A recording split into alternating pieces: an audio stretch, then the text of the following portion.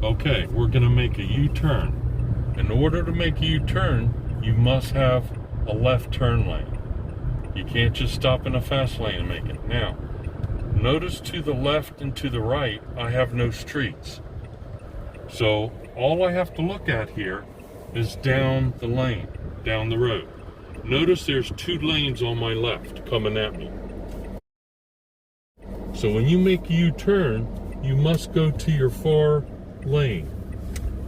Why your far lane? Because once I turn, I'm in the right lane. Your right lane is your slow lane. So they want you to end up in the slow lane. So if there were 4 lanes here, I would go all the way over to my 4th lane. And that's why you don't want any traffic coming towards you. Now I'm going through the intersection. I'm going to put on my left signal and I'm going to make another U-turn. But this one's different. Why?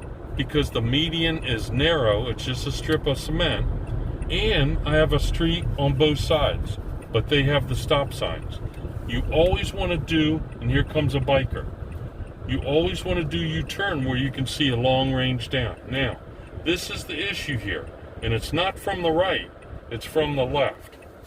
Because if there was a car over there making a right turn, they expect me to make a left turn. What they should look at is the tires of my car, because when I make a U-turn, my tires are turning sharp. They're not just turning a little bit. So as I turn, I have to watch that car making a right.